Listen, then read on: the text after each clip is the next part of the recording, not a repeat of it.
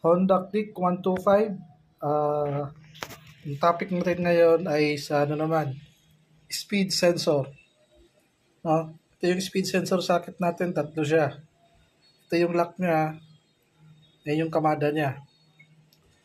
Yung speed sensor na yun, importante yung speed sensor na yan. At yan yung command ng ABS natin, tsaka traction control system. Yan yung command niya sa speed sensor niya. Kaya matatagpuan niya yan sa likod ng air filter ng Honda Click 125. No? Ang malimit na nasisira nitong speed sensor nito, yung wire niya napuputol o kaya nasisira mismo yung sensor niya at nabasa sa tubig o naputikan. Yun ang malimit na sira nito. Isa sa palatandaan nito na sira yung speed sensor natin, kahit wala siyang engine check, minsan may engine check siya, minsan wala siyang engine check. Pag walang engine check, pag binirit mo yung acceleration mo, saka magbiblink yung engine check sa dashboard nyo. Pero pag binitawan mo yung acceleration, yung gas mo, throttle, mawawala yung engine check niya. Isa yun sa suspect natin, yung speed sensor natin. Tapos, pinaka-suspect natin dito kapag wala siyang, hindi gumagana yung dun sa dashboard nyo. Yung RPM niya, yung dun sa dashboard nyo makikita. Pag hindi na gumagana yun, dito kayo mag-check, babaybayin nyo yung wire na to, tsaka titignan nyo yung unit na yun, yung speed sensor na yun, kung buo siya. Pwede mo siyang gamitan ng ohms test, resistance test.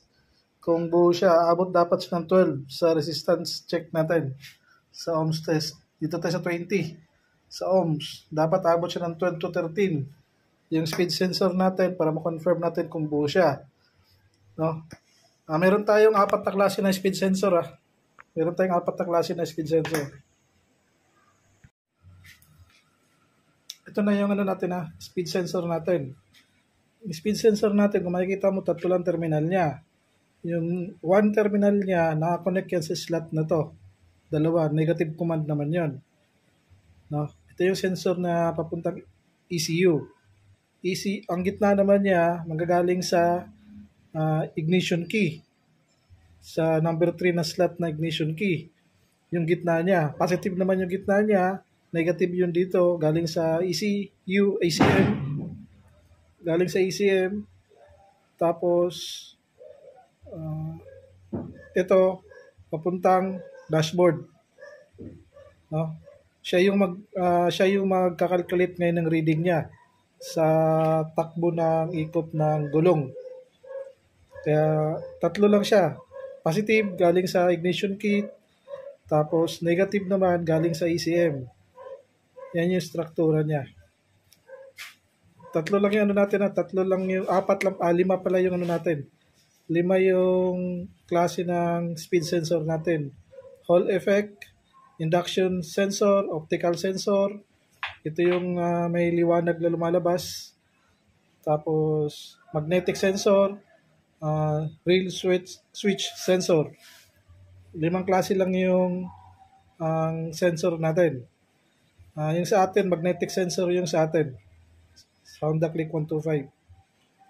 Yan yung sa kanya. Kaya dito, matetest mo na siya ngayon dito sa unit niya, sa ohms test kung goods siya. Ngayon, kung goods naman yung unit ng speed sensor natin, titignan natin to kung may positive siya dito. At isaksak mo itong 2 to, nakasaksak siya, titignan mo kung may reading ka dito. Dapat nagba-variable volts tong reading na to. Papuntang dashboard naman yan. Pag wala siyang variable volts nito, titignan mo to kung may lumalabas dito negative sa linyan to. O kung may positive ka dito, dapat may papasok na negative dito, galing dito sa ECU. Tapos titignan mo rin kung may lumabas ngayon dito negative papuntang dashboard. And ganun pag troubleshoot ng speed sensor natin. Ang Honda Click 125.